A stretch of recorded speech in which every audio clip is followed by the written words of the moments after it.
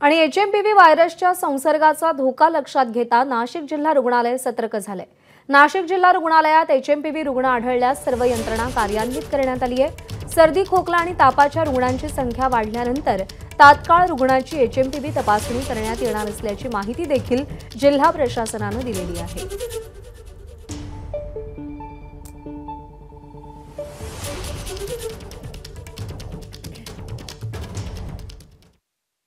एचएमपीव्हीचा जो व्हायरस आहे तो झपाट्याने जो तो संपूर्ण भारतामध्ये शिरकाव करतोय हे निदर्शनास येत आहे।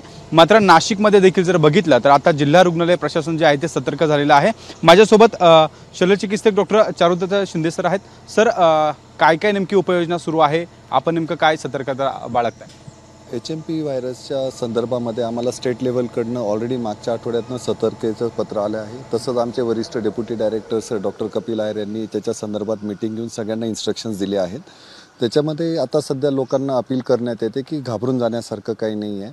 त्याच्यामध्ये अद्याप तरी नाशिक जिल्ह्यामध्ये आपल्याकडे अजून एकही रुग्ण आढळला नाही आहे। आढळले असल्यास आमची तयारी आम्ही सिव्हिल हॉस्पिटल नाशिक हे आम्ही सज्ज आहोत।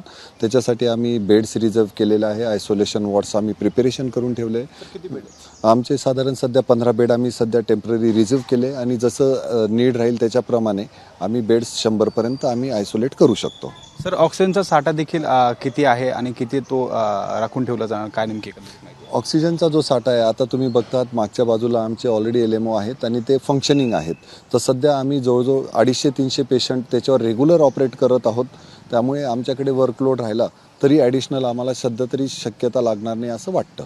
सर, आयसोलेटसाठी नवीन काही जागा आपण हे करताय का? नेमका तो काही वॉर्ड वेगळा आपण स्वतंत्र करणार आहे का? यस, आमच्याकडे ऑलरेडी एक आयसोलेशन वॉर्ड आहे जो आम्ही TB पेशंटसाठी वापरतो। त्याच्यामध्ये पेशंट्स रेअरली असतात, एखाद दुसरा असतो, मग आम्ही इमर्जन्सीमध्ये त्यांना वेगळ्या याच्या रूम्समध्ये शिफ्ट करून तो पूर्ण वॉर्ड आम्ही फक्त इपिडेमिकमध्ये नेहमी वापरतो। तो आमचा साधारण 30 बेड आहेत पूर्ण।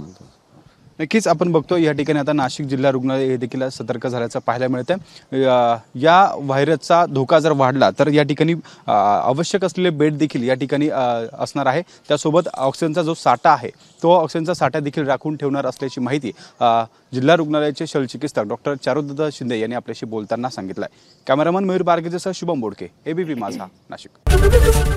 ABP माझा, उघडा डोळे बघा नीट।